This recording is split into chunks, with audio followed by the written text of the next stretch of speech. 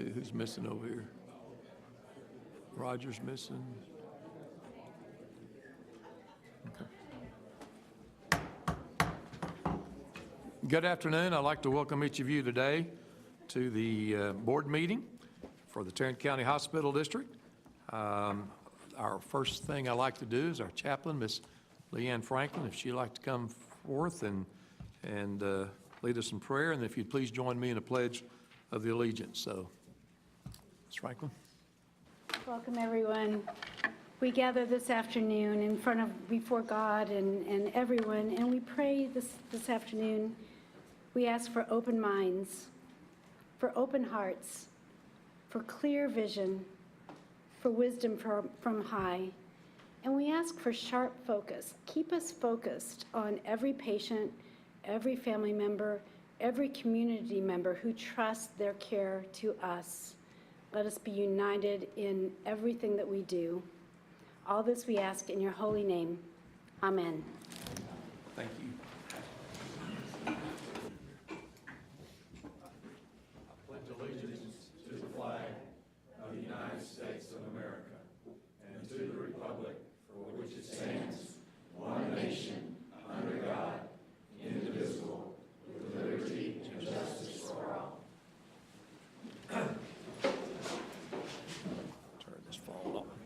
Falling off before it starts ringing. Good. I have been advised we do have someone wishing to address the board today, and I hope I do not mispronounce his name. It's Mr. Tim, is it Font? Folt? Mr. Folt, if you'd like to come up to the podium, and I have to advise, as we do with everyone who speaks, that the policy is that we do have a mandatory or a maximum 3 minutes. The podium's all yours, and we won't be able to take any action as far as the board, but the floor is all you, and welcome. I'd like to take this time to thank the board for allowing me to speak just on a couple of concerns that I have. I first of all want to point out that Laura Burnside and Debbie Craig have done a fantastic job in addressing several problems that I brought to their attention. There are different things involved with computers and processes and everything else that mechanically I have no idea what they do, but you know, they've done it and they've done a very good job, and I don't want to forget Kenny either. The other thing I wanted to point out to you was the fact that one of the things that concerns me is the fact of the regulations on parking garages. As I remember a period of time back, you had a sliding scale based on the amount of hours and everything that you parked in there, and now basically you have one payment system where it's up to 30 minutes it's free, and after 30 minutes it's $4. And I think that's a little unfair. You're a nonprofit hospital. You obviously know the clientele you serve, and I think that that should be reevaluated and readjusted, because a lot of these people are under far worse financial conditions than I am. But I also understand that it can be a big frustration when you sit there and you're there 32 minutes and all of a sudden you're getting dinged for $4, okay? Last thing I'd like to make aware of is the fact that I know that you probably are all aware of this, but it's something that concerns me a great deal because of your image in the community, of the fact that you have served so many people over the years that JPS has been around. And that is the concern about all the migrants and everything that are coming up from Mexico. I feel that probably there's a grave concern of all the amount of people in that area that is going to come up here and flood your facilities, your personnel, and put a strain on everything that's concerned with it and everything else. I think it's time that the board members, along with the members of this hospital, make it aware of the government of what they need to do in whatever manner they can to sit there and stem this, because otherwise we may not have a health system as we know it. Because my biggest concern is all of these different things that go on with all the diseases and everything that you folks have eradicated. Some have given your lives, some have given your positions and everything else to eradicate these diseases over the years. I fear that that may happen again. So I'd just like to make that aware. Thank you. Appreciate it. And thank you. There being no other individuals who have signed in to address the board, it would take us to item number 4 on the agenda. Excuse me, which is the approval of the March 14th minutes. I know you received them previously. If there's any questions, we'd entertain them. If not, I'd entertain a motion to approve. Have a motion? And a second by Reverend Emerson. All those in favor say aye. Aye. Thank you very much. Now it comes to the part on the agenda where I kind of get to say a couple things that, as the chairman's remarks, and the first one I'd like to say is, and I know each month it sounds like all we do is attend things. This organization does attend a lot of things. As I indicated, there's only 11 board members. I'm very happy to say that I did get to attend on I think it was the 21st of last month, what is called the Silver and Beyond Banquet. It was another event that was put on by staff, but most important, like we had done the previous month in recognizing the Excellence Awards, it's great to recognize those individuals who have served this hospital for many years. Obviously, the word silver means it had to be a minimum of 25 years, and I think Mrs. Labby, Ms. JR is back in the back, and she'll have the exact numbers, but I believe there were 47 individuals who received recognition that evening. I think I remember writing down, if I wrote this down right, Mrs. Labby's total was 1,375 years worth of service. That means of the 47 people, I'm a banker, I can do the math, even though Neil may question where I went to college because he went to A&M and I went to Texas, but that's an average service of 29 years. And so it was a great evening. We got to recognize a lot of individuals who have done countless things to help people, human lives in this institution. I will also say that we had 3 individuals that we celebrated that night who had 40 years of service with this hospital. All 3 are RNs. Imagine the impact on the lives that those 3 individuals, along with their teammates, have had in this institution to this community. So on behalf of this entire board, again, I got to be there that evening to say thank you. I'll also want to thank this. Like I said, there's only 11 members of this board. 4 of us attended that dinner. I want to thank Amanda, Dorothy, and Ralph for being there. And I kind of got to, as we were sitting there talking about all their tenure, I think it's nice to know about the board. I think, Ralph, if my memory's correct, you're probably the longest serving current board member we have at about 11 years. I think it is. Yeah, y'all are, 11 years. That's exactly right. Amanda had only been with the institution on the board for about a month. But there again, it's a collective, and Dorothy and I were kind of in the middle, about 8 or 9 years each. But I just want to let you know that that's what makes this board so special. We come from a lot of different areas and diversity throughout this community, but yet it's amazing to see that it's still exciting for Ralph to attend something and Amanda just come on the board, and she was also giving her evening to that. So again, thank you to those individuals, thank you all to the board, but most important, thank you to the outstanding years of service that our employees have given us. Other than that, the only thing I might mention, and we'll move along, we have discussed on the board about, we were so, I hate to use the word, focused on the bond package, and that seems like that was so many, after all the time and energy and effort went into that, it's like that may have been light years away. It was just last November. But then we talked about having kind of a self-assessment, a retreat or something after that. Now, where's the institution? What are some of the major issues?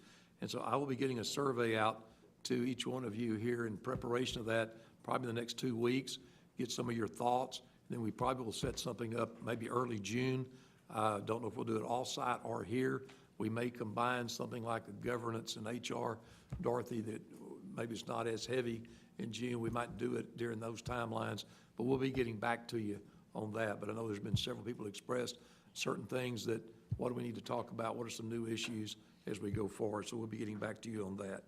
And then other than that, thank you for all being here. And Mr. Early, I'll pass it on to you for the CEO report. Thank you, Mr. Powell. Appreciate it.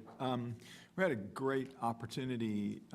The Jordan Elizabeth Harris Foundation donated $52,000 to the JPS Health Network, which is powerful. And the reason that that's powerful is the Harris family lost a daughter due to suicide. And suicide is such a powerful, challenging situation that we face.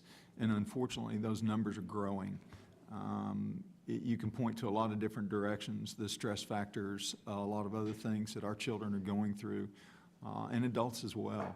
but we're losing people to suicide that we should not be losing. So what the foundation is going to do in the name of their daughter who lost her life, that $52,000 will be used for a computer data analytics program so we can get a better idea of trying to figure out some of those earlier signs in suicide through data analytics to try to give us, through the analog process of trying to figure out where our at-risk children are and what we can do to intervene the best as possible to do that. So it's an exciting grant. It's an exciting opportunity for us, and it's also really exciting to reach out to the Harris Foundation.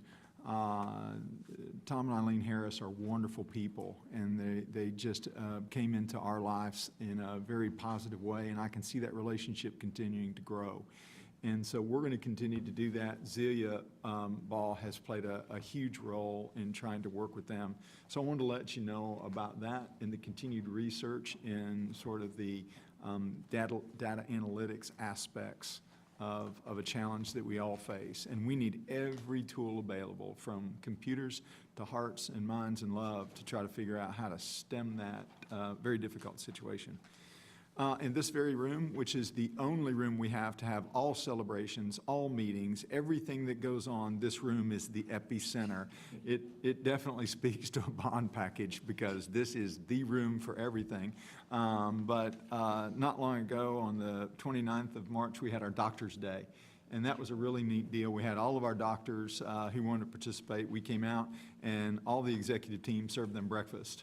I will tell you that times have not changed because what was the most popular of anything that we had was a diamond-shaped wall in this corner that was called the Wall of Donuts. And I don't know that time can pass up donuts and bacon, and we serve both. And I realize we are a healthcare organization, but there was great cheer amongst the Wall of Donuts.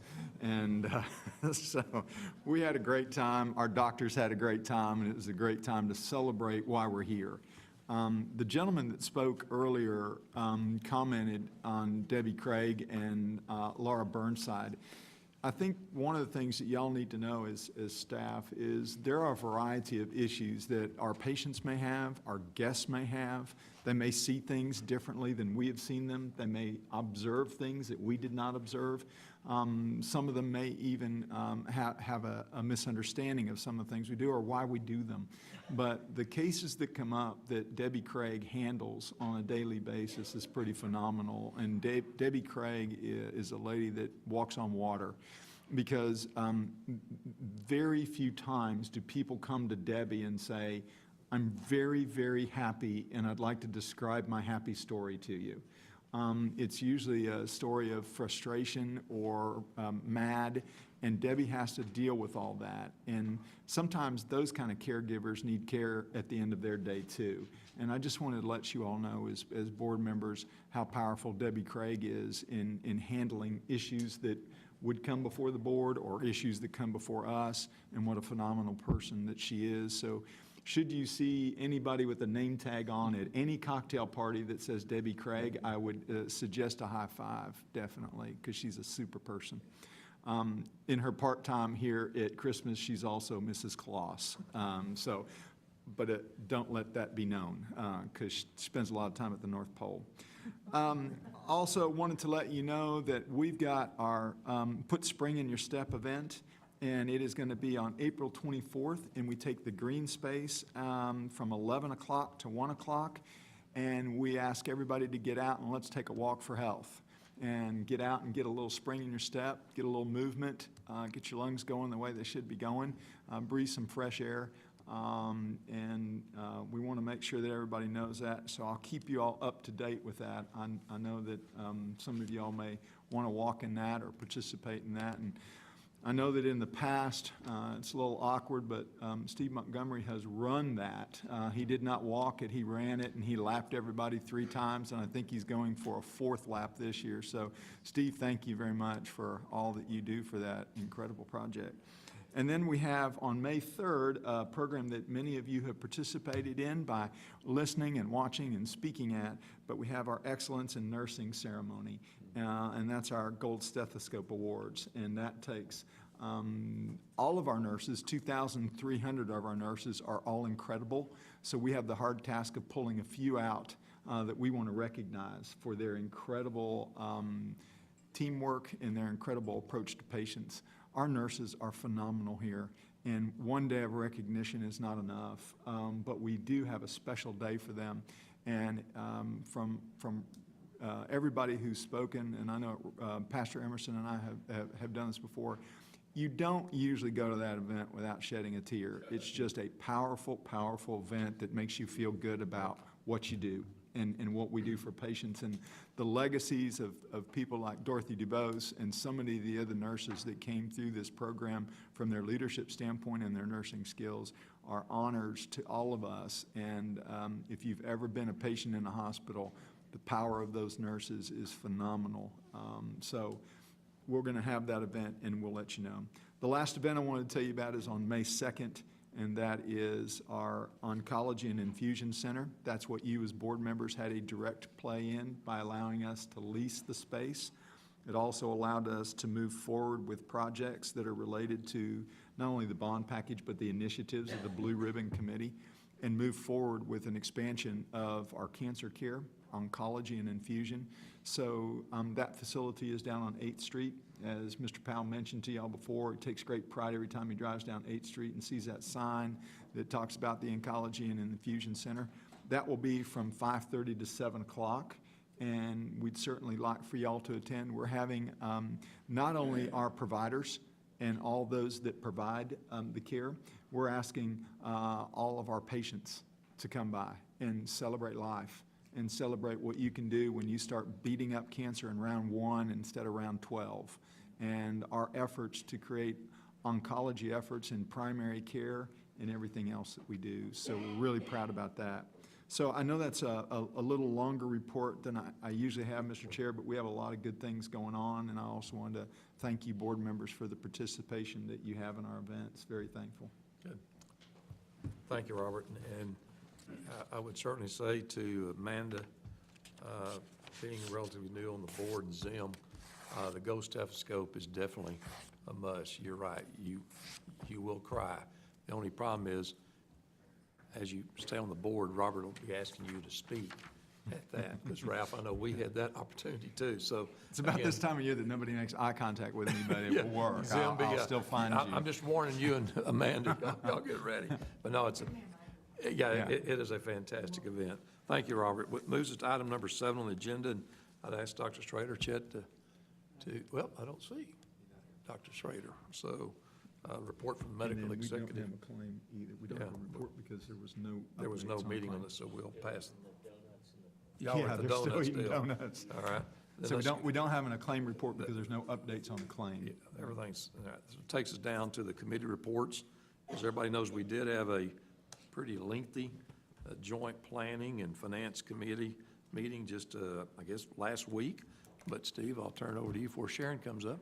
All right, so we have a couple things on your agenda. We had a joint finance and planning meeting last week, April 4th. Sharon has the February financials. She'll be here to answer any questions about. We also passed one contract that's on consent and a purchasing policy change that's on consent as well. But Sharon is here to answer any questions on the February financials. So in your packet, we did cover these in much more detail at the Finance Committee, but February was a very strong month financially compared to our budget. You can see that we actually, for the system, we ended up about $900,000 ahead of where we had projected. The hospital for the month had a little bit of lag in volume, so we were a bit under budget in total revenue, but we were also able to create some savings on the expense side. Medical Center ended up about $900,000 ahead. A claim, I circled the wrong one there. A claim ended up about 100,000 and ahead of their budget. And so after interest income, we were about 1.1 million ahead. If you look year to date, the system in total has actually a break even from operations of 455,000. I can't circle it because all my controls are sitting right on top of that number. And if you drop down to the bottom, that's the number I really wanted to circle. If you drop all the way down to the bottom, we're about 8.8 million ahead of our budget plan. Is there any questions? And this does represent 5 months' worth of activity. Fiscal year. We are, which Next. means we're getting ready for budget for Yeah. next year. That's the fun time. And that's my report, Mr. Chairman. Okay, thank you. Thank you, Sharon. Sharon, thank you very much. Wow, Steve, you did a great Yeah. Sharon, you and the staff sure are making Steve look good. Yeah, just keep those numbers coming. Dr. Elliott, if you'd please come up, and we will, let's see, annual academic institutional report. Dr. Elliott, good afternoon. Thank you for this opportunity to come before you again to give our annual institutional report for academic affairs and specifically around our graduate medical education. This is a requirement from our for you guys too. And we, of course, appreciate any questions you may have. All right, I'm going to have us go to the next slide. Start our slides. You don't want to talk about the Yeah. financials? Well, let's see, Sharon, that's okay. Yeah, it's Oh, right here. there. Thanks, Steve. All right. My head's right in the middle of it. Look, there you go. All right, there we go. All right, so let's just, a little overview, again, just to remind you about our graduate medical education programs here at JPS, Tarrant County Hospital District. We're very pleased to be able to sponsor 10 of our programs, residency and fellowship programs. You'll see there we have emergency medicine, family medicine, geriatrics, obstetrics, gynecology, orthopedics, psychiatry, sports medicine, and transitional year, including a podiatry and oral maxillofacial surgery internship. Tricia, would you do me a favor? Yes. For the purpose of our two new Oh, board yes. members, would you, they're going to know surgery, sports medicine, everything else, and they may well know what transitional year means, but that's happy. going to be the one that's going to be a little out of line from that. If you describe a transitional period, that'd be great. Great, happy to do so. So transitional year program has been in existence here for quite some time. What that is, it's a one-year program straight out of medical school where they actually apply from medical school to be able to have 1 year and transition to their formal residency program. Most of those that do transitional year fellowships are either going into ophthalmology, radiology, some of these other specialties that require a year of training where they're able to get some internal medicine, family medicine experiences, emergency medicine, so they can get some training prior to going into their main fellowship, main residency programs elsewhere. So we provide that. We get very stellar residents who come through. I will tell you historically, transitional year programs, they have some of the highest academic qualifications that we see in our transitional year program. So we have 12 of those residents annually. And happy any other questions with that. So as you look at this slide here, just to give you a little bit of an overview, you see surgery that's in there. That's actually just the Baylor program where we're an integrated site for that program. They have 47 residents. Those are not all of ours. So what we do represent here on this slide is that we have 209 residents that are JPS sponsored.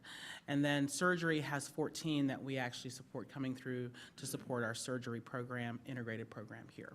So 209 is our total FTEs of people here that we support in our residency program thus far.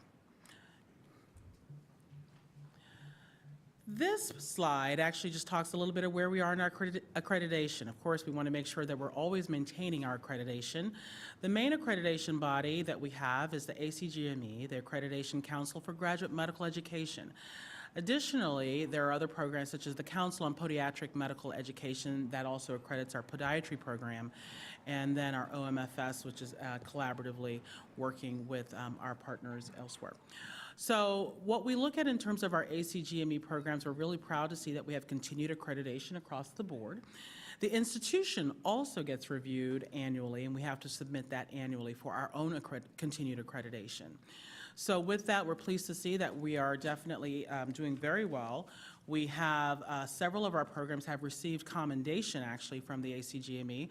That includes our family medicine program, our sports medicine program, our geriatric program, and our psychiatry program. We were so proud this last year to get their first commendation from the ACGME. We have been able to really shift many of these programs this year from some citations and areas for improvement that did pop up. So actually, everyone has really done a remarkable job. We had 2 areas of citations on scholarship, and I'll talk to you a little bit about the initiatives we've done on scholarship as a whole, as an institution. That was in the area of transitional year and also particularly looking at OBGYN also. So we were really able to get those citations removed this year, and we have orthopedics. We're working closely with them on one citation around their hip and pelvic surgeries. Everyone has really done a remarkable job to shift and continued accreditation. Yes. This is approximate date of next site visit, Yeah, let me tell you, yeah. and that's, go ahead, sorry. Yeah, happy. Thank you for pointing that out. I meant to mention that. So we're still awaiting some notification right now from the ACGME. Looks like they're about 10 to 12 months behind schedule. Okay. So we've just been in the waiting game right now for family medicine, sports medicine, and geriatrics, but we're trying to do continual readiness. What we do is we also perform mock site visit preparation. So the GMEC really owns that so that we can get everybody ready. So we usually conduct that around 3 months prior to this time. So we should get a 90-day notification from them, and so they have time to still continue to prepare. The one group that did get theirs in November was podiatry. So they had their site visit in November, did quite well. They were really impressed with the sponsor, the institutional support, and what they saw. We're awaiting the final letter from them, and we're hoping to see that this month. Great, okay, thank you. You're welcome. Yes, Reverend Emerson. John Stella, OMFS. Yes. They did have the site visit with So they are not under an accreditation, CODA accreditation here. That was a partnership of a site visit at Parkland's program. So we do get Parkland residents that rotate with us. So they had at the Parkland site their OMFS program. We put it there because we also like to know that they're doing well. If we're getting those residents, we want to make sure they're having a fully accredited program and doing well. And per their CODA accreditation visit, they did well. And that's from the Parkland side. We get 5th years and 6th years that come to us. And then we have first years internship that are here, five interns that are here that we sponsor. Any other questions on this slide? Yeah, on OBGYN, Yes, ma'am. they won't be back until 2024? Yeah, so we have a whole different cycle right now with the ACGME. Now, we're hoping, we could see that could always change. They always have a chance. That's why we do a continued accreditation cycle, because we have to submit data every year, and then the residency committee of each specialty reviews annually. And they'll make a decision around continued accreditation, or do they want to have more information and do a focused site visit. Luckily, we've been good, and they've really appreciated all of our submission and our data. I review every single program's data that's submitted at the DIO level. And so, yeah, we're expecting them to come 2024. They do a 10-year cycle now in the ACGME. Okay. Any other Thank you. questions? Yes. All right. We're going to move on to the next slide. I wanted to give you a little bit of a brief overview. We had our ACGME Clinical Learning Environment Review, or our CLEAR visit. You heard us talking about that a lot in anticipation of that visit last year. So that occurred in April of 2018. That occurs every 18 to 24 months. They were actually probably shy of 3 years, so they were a little behind on that, but we are making sure that we're ready for them every 18 to 24 months. So I could be talking to you again about this in another few months. So these are the 6 areas that we review and that they took a look at, and they did a 2-day visit with us, as you see. So patient safety, quality, and under healthcare quality, they also reviewed healthcare disparities, care transition, supervision, well-being, and professionalism. And this is where they had small group sessions with residents and fellows, with faculty and other staff, and also with our executives suite and C-suite. So with that, they provided a report, which we provided to you guys earlier. And we did fairly well. This was our 3rd CLEAR visit, and we actually progressed in all these key areas. We've actually created a dashboard where we looked at our patient safety and quality outcomes and what they reported in their data report compared to the 2016-2018 national findings, and we've done fairly well. There are some key areas that we want to continue to work on, and that actually is focused more so in the quality area. So things that they pointed out were just making sure that we're increasing reporting of our near misses and close calls. And then also interprofessional quality projects. So looking at some opportunities from an interprofessional team to do some work around that. Also seeing how we can make sure that our residents and fellows have access to their quality data individually. And then also looking how do we enhance our healthcare disparities and really making sure that we have specific quality projects that are focused on healthcare disparities. One of the things they pointed out is that understanding that we are a safety net hospital and we do care for an underserved population, but they want us to see very focused things and focused projects on our healthcare disparities and how we're really addressing the idea of health equity and building that.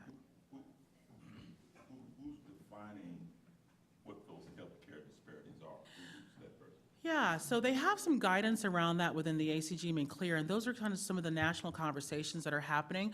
But what they're actually looking at is they want it to be individualized to the organization. What are you seeing within your own communities that you have identified, whether through your community health needs assessment or otherwise, and how are you addressing the care and the disparities seen in your own patient population? So the key is that they want us to really make sure we're doing true population health and that we're identifying the gaps in care of those areas, and that what are we doing in terms of specific quality improvement projects to address the gaps, the gaps specific to our patient population. So, then, who's the we that are looking at that from here? From here, that's where the conversation, I think, in terms of our healthcare quality and how we're partnering around that in terms of all the aspects from our quality team, patient safety and quality team, population health. And also, they were very impressed that we are actually, within our department, we have the Center for Outcomes Research, and we actually mentioned that to them, and it was a high positive value to them to see that we actually had a research team who are looking at specific areas around that in collaboration with the other departments. So I agree with you, Reverend Emerson. I think this is an opportunity for growth that we're continuing to actually explore, that we want to make, it's a collaborative model to do that. Yeah, I do have some concerns. Sure. With that area. And especially, Steve and I have talked, and we had an opportunity, Steve and I, and Amanda to sit at a meeting, and we talk about the social determinants of health. I think it collides with each other. Absolutely, absolutely. I would hope that there could be a stronger conversation about that Yeah. as we talk about Thank you. healthcare disparities. Absolutely. I guess my concern is that you have the right persons at the table who are helping define what those disparities are. Right, absolutely. And I'm happy to help in any way we can do that to ensure that the residents are fellows and part of that too. Glad to help. Before you move on, Yes. how do you address how do you measure the well-being, Bryce? Yeah, so this is a new area that they're looking at in this recent iteration of the CLEAR visits, that they've really defined it around that. The way that they define well-being per the ACGME, what they looked at was work-life balance. They also looked at fatigue and how we're mitigating fatigue in the team and the individual. Also looking at burnout and rates around burnout. And lastly, the thing that they were really also focusing on is how we identify the risk for harm, self-harm. And so what was great about the opportunity for us was that we were able to highlight our collaborative model that we've started. We were actually told we were ahead of a lot of other organizations in the country, because we really had started some things where we work together, not only with our academic affairs group, working collaboratively with spiritual care and ethics, working collaboratively with our EAP group and our other faculty. And so putting that together in terms of a well-being committee was actually a highlight for them to see that we're working on this deliberately. So we do have a new director of interprofessional well-being. They were very pleased to know that that was coming on board, and Dr. Matinda has joined us. And we are going to be measuring this, looking at well-being indices. That's some validated tools around that. How do we start to measure that and track that? And we want to be able to present those to you in the near future. Okay, thank you. Yeah. I'm going to move us on just to give you a little highlight of our board pass rate, which we of course always track that. And so we like to make sure that we're between 95 to 100%, and we are 99% this last year. We just got the last set of data in from emergency medicine, and so we're pleased to report that we are 99%. All right. Let's talk a little bit about graduate practice locations. We're actually working very diligently on building some graduate data. Our team has worked, and we hope to bring that in the future, where we're looking even retrospectively at some graduate data. So our research team, along with our library team and academic affairs, we actually have some broader data that we're working on so we can create a database. So we're pleased about that. But this is our 2018 JPS graduate report. So just showing you in terms of where they're locating. And of course, this is always something we like to look at. And you'll see that about 27% stayed in the Tarrant County area. We had overall around 56% in the state of Texas and 44% that went out of Texas. We like to make sure that most of them are staying in Texas, because that's where our Texas folks likes to see that, and also our other bodies, not only us as a hospital district, but our state legislatures like to see that number too. So it's good for us to see that that's happening. We're doing definitely some active strategy around increasing that number, particularly that JPS number. We'd like to see that go from 4, those were 4 individuals that stayed last year, and I think we're going to really anticipate a larger number of 2019 graduates here. There've been some active work, and I want to thank my great partners in our physician groups, such as with IAS and with Acclaim and others that are really helping us to move that number forward. So we've been talking very diligently around moving that number up. So that was 4 out of how many graduates? 69. 69? I also had another question from the larger report that was resident demographics of male Yeah. versus female. Yeah. On page 19. Yes. How did those statistics for 2018 match up to national statistics? as So well? we're slightly above on the male side of, for national, but we actually, some specialties actually also have more distribution across gender than others. For instance, there are some national moves looking at orthopedics. It's a highly male-dominated specialty, usually in the 90% of men and lower. So there are some larger initiatives happening at the national side to move those numbers. And those may kind of skew our numbers a little bit too, in terms of just knowing that we've got certain specialties represented here too. But we're looking at that, and I think as we do and grow, I think nationally we're looking, the diversity and inclusion piece is actually a big piece in our strategy coming up, because it's not only the thing that we need to do, because I think highly valued, and we're having a lot of conversations around our recruitment of diversity and inclusion, but it's also a national movement around diversity and inclusion happening. Yeah. Thank you. Great. Yeah. Yes, Reverend Emerson. Is there something we're not doing or something we can start doing to increase the % and reduce the 44%? Yeah, I think those are the things that we're actively having those conversations about. And I've met regularly, as I said, with our physician group leadership, looking at that, but there are some other strategies. I think the thing that we need to think about also is also not only, it's the match piece, right? So it's not only the graduate piece, it's the match piece, making sure that we're seeing more diversity there too coming in, that maybe more local folks, right, that are coming in and want to stay home and want to stay closer to home. So I think we look at the continuum of the recruitment, not only those coming in and how to retain those. I think also we're looking at some strategies around faculty. I think our faculty are a big draw for people to come and to stay. So if they see like, oh, I see somebody who looks like me, or he's kind of practices like the way I want to practice, and I kind of want to stick around and be a part of that group. So I think it's going to be a collaborative, and I will really welcome any other input that you guys have. But this is my 2019-2020 focus to really kind of move those numbers. And so I'm actively going to work on those. Yeah. But as I said, I think I'm pleased that hopefully this year we're going to see a significant jump in that, just based on the early conversations. Anything else? Any other questions, Dr. No, I'll wait for a little bit because Next one? I want to make sure that I tie it because a certain program that we rank pretty high, and it requires to get top students from top schools, so they may not be part of the area, but they do train and service and train other people. So it has other benefit also as well than from just being here. I just want to see how, and the next few slides I'll have some more questions on it. Will do. Reverend, can I make one comment? So I want you to know that even the 6% may be a little low on the surface. You know, one of the things, for example, in emergency medicine, we have a residency training program.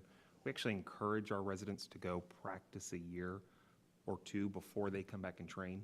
So a number of them will come back later on, 2 or 3 years into the career after they've served the community, and come back and then be able to participate in the academic program.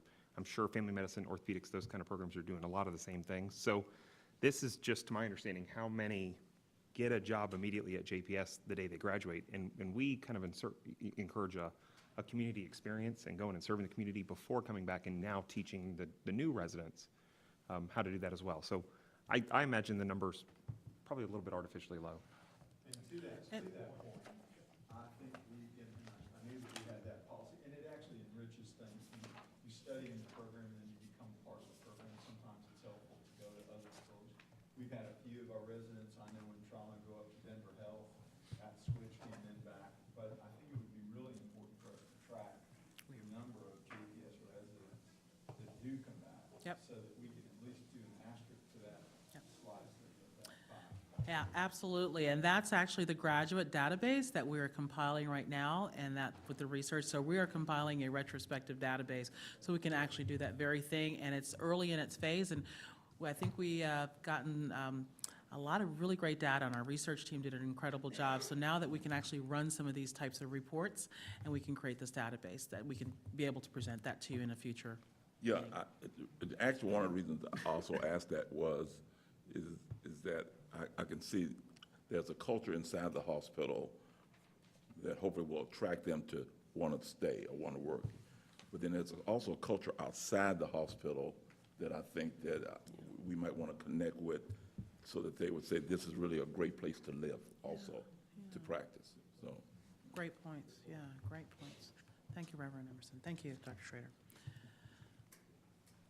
Before we move from that, Oh, yes. it seems to me if we're talking about family medicine Yes. staying, I was looking to see on the financial report, it looks like you have 13 openings. So if we are graduating family medicine, even though we might want them to go out, they would get a lot of community experience here. Absolutely. So I would be interested in looking to see why, if you have 13 openings, no one is taking your family medicine. So I think that number actually will move, and I think we've actually lowered that number down to 13, and I'm pleased to know that Dr. Fowler and Dr. Hochberg, along with Diana Prachel, have been working very closely on moving that number. So I think this coming year, we'll see some folks that actually have some letters that are pending, and that will actually remain within our family medicine. So that's where those active conversations are happening, but we will go ahead and continue to take a look at the numbers there and see how do we get that.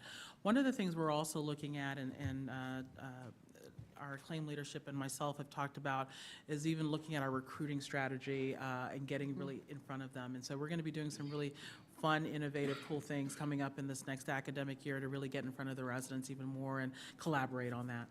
I would ask, as you start tracking that information. Yes, ma'am. I'd like to see how many stays, and of those that stay, do we have a turnover in that number? That's a good try. We can definitely look at I that. have a quick question while we're asking for family practice. I'm sorry? Can I ask a quick question on the Yes, family please. medicine program? On the Um, family medicine program? Right. Okay, yeah. We, everything that I look for, including on our website, it shows 2014 data for the ranking. Do we have the latest ranking? Yes. The latest ranking that we have, it comes out of Doximity, Right. which relates to that, is number 5 in the nation. Number 5? Yeah. Okay. All right, thank you. So are we going to update our website? Is that We what you're are. asking? We are actively working on updating our website, Ms. DeVos. You're 5-year-old absolutely data, that's right. You'll see. Okay. Thank you for that. I'm glad to know people looking at it. That's good. Yes, we are actually doing that right now. All righty. I like that with the turnover. Okay.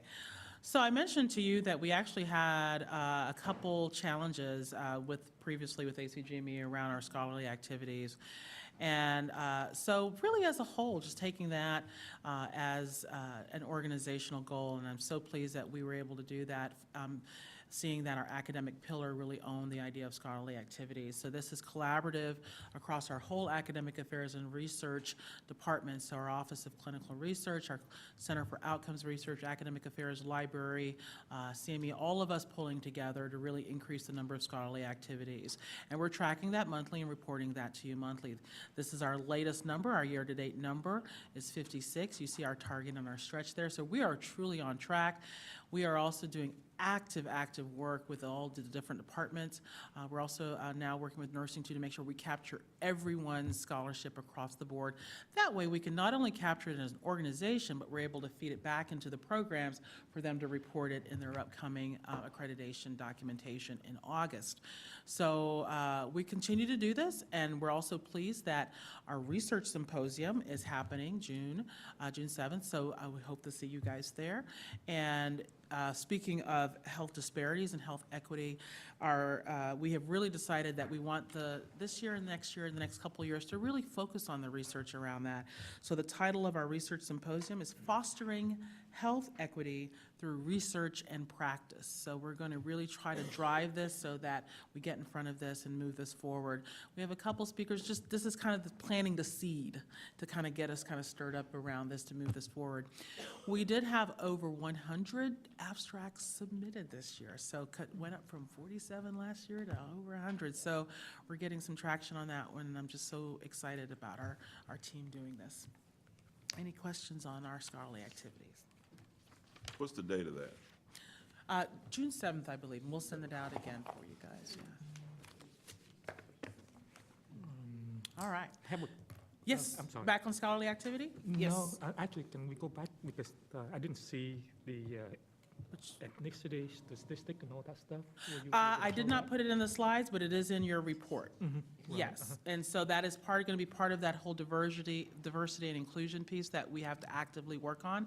And I'll be actually having some conversations already with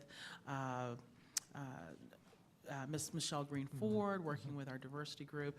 But we are definitely going to be tracking that and looking at those numbers. And hopefully you did see some of that data And in my the question report. is there anything changed from 2017 to 2018 that result in a pretty big drop from the African American? You know, no, and that's where I think the strategy around our faculty recruitment and diversity around our faculty recruitment plays a huge role. And those are some of the conversations. Nationally and in many, many studies, it shows that our residents of color, we have a national issue around what they call URM, underrepresented in medicine. And that is in terms of looking at our residents of color, particularly looking at African American, Black residents, Hispanic, Latino residents, Native American, and looking at that group of underrepresented in medicine. So there's a national push right now because unfortunately, the national statistics are flat. So we're still at about 8% or so with regards to African Americans, 8 to 10%. We're still flat on the national recruitment into medical schools with Latinos too. They've been a slight increase, but not much.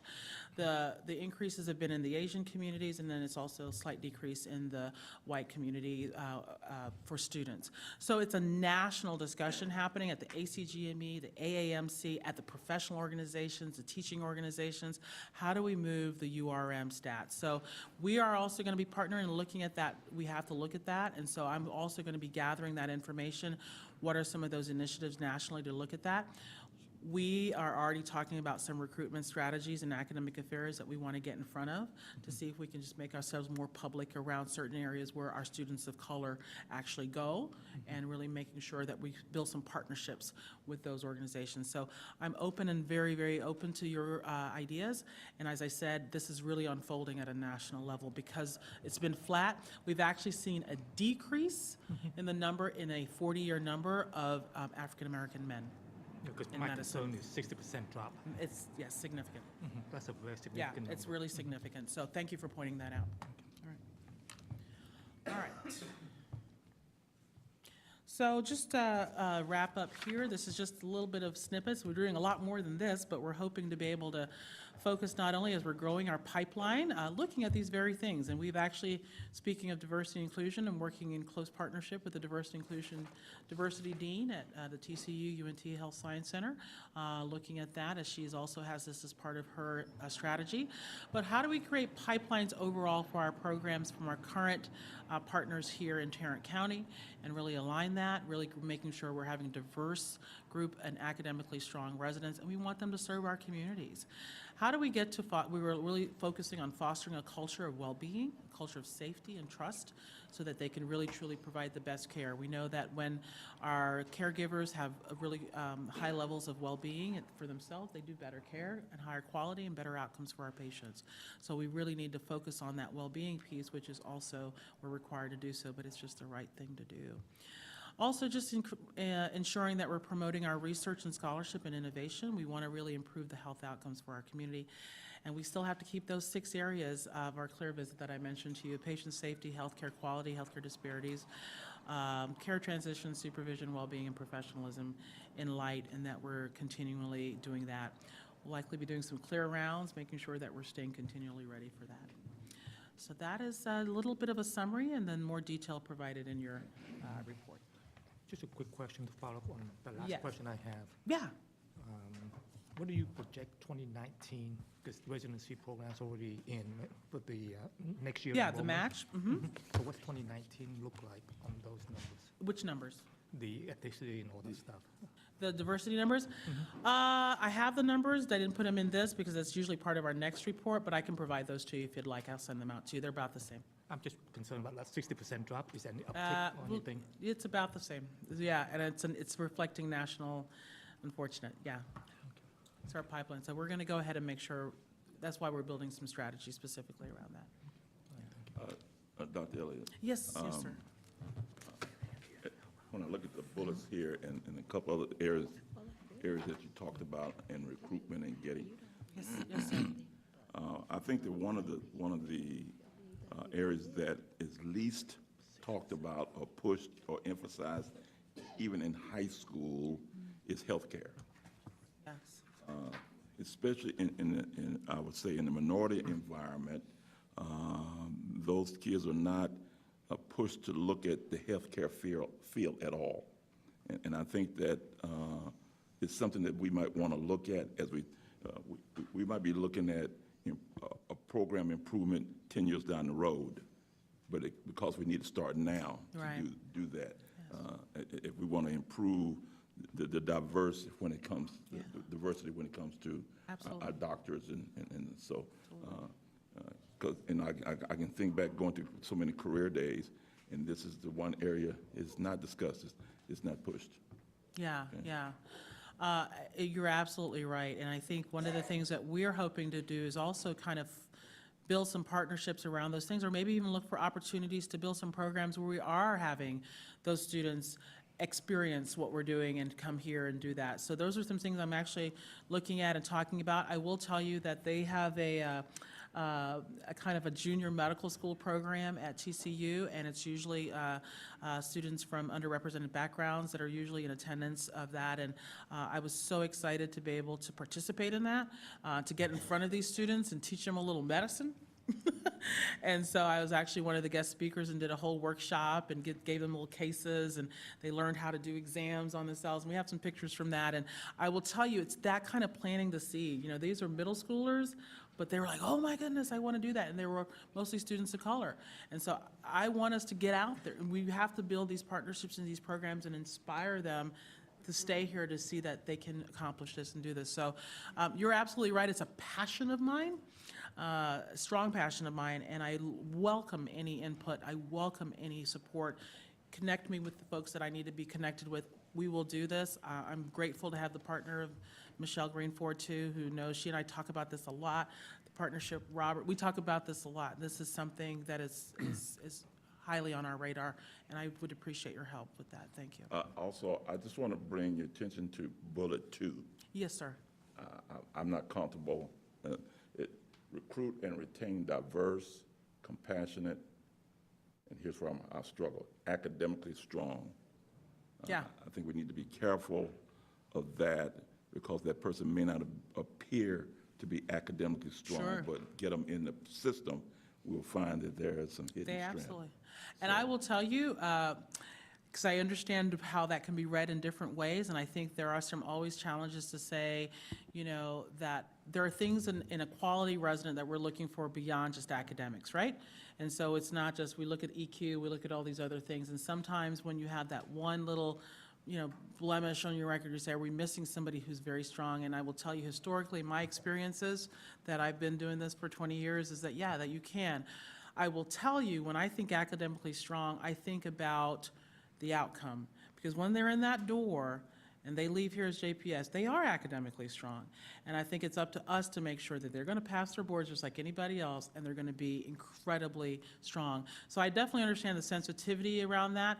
I guess I think about it in terms of people realizing that no matter what, you being here, whatever happened and where you are, and you're diverse and compassionate, that you get an incredible training here and that you will be an incredibly strong resident. But I will definitely keep that in mind. It's those conversations we're having on the recruitment side to make sure we're not missing any exceptional candidates.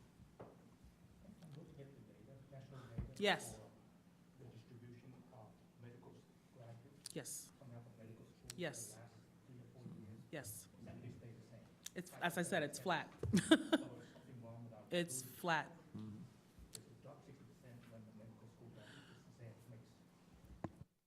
We'll look at it.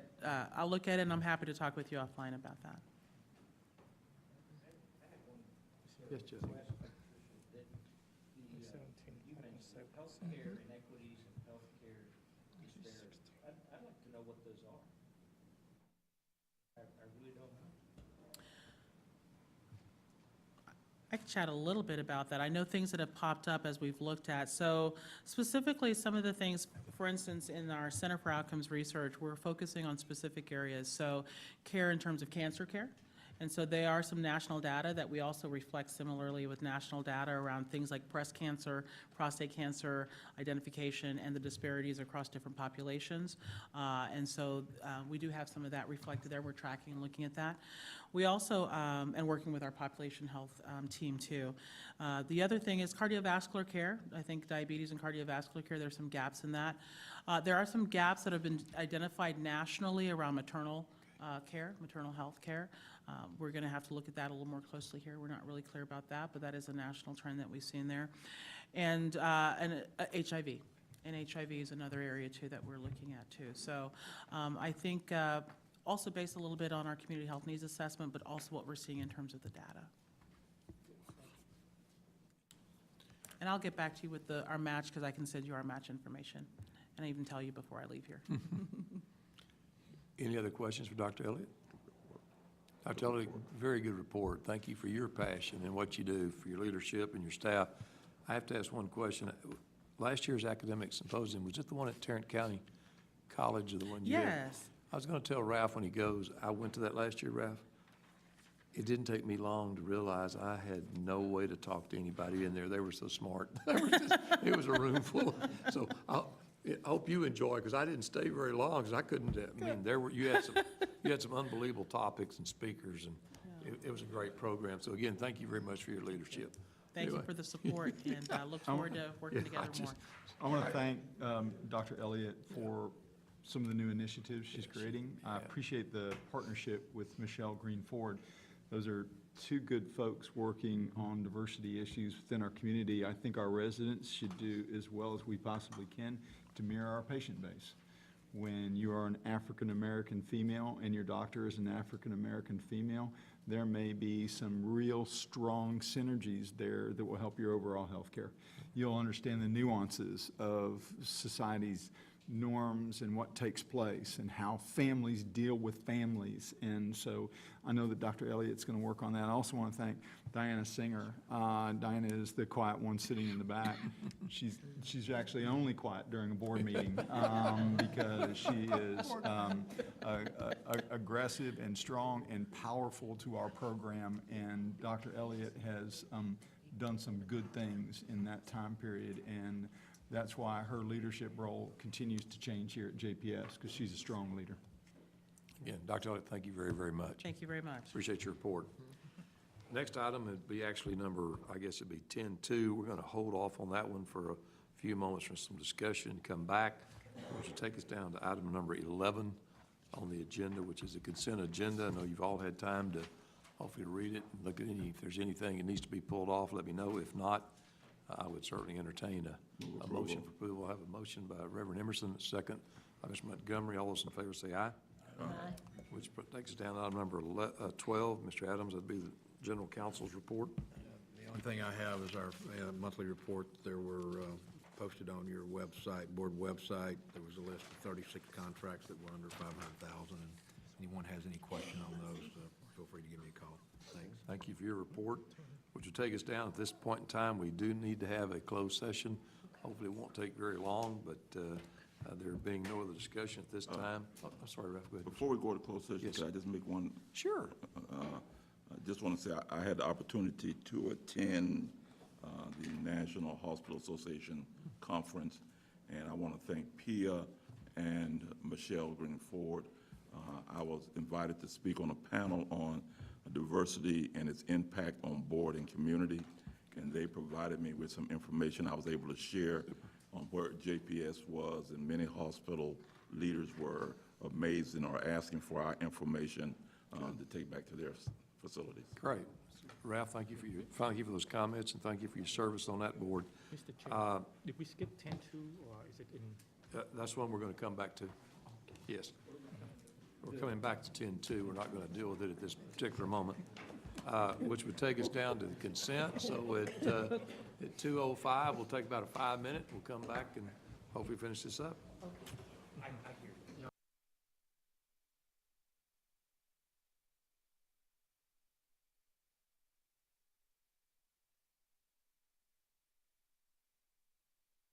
We're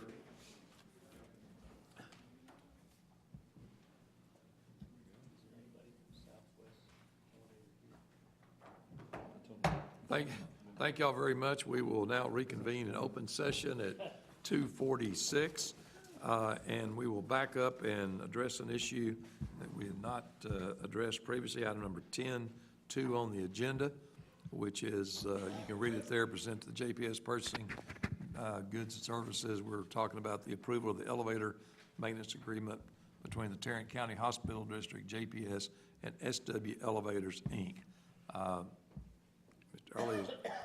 Mr. Early is available, and so is Mr. Adams. Are any questions or comments? We're certainly open for that.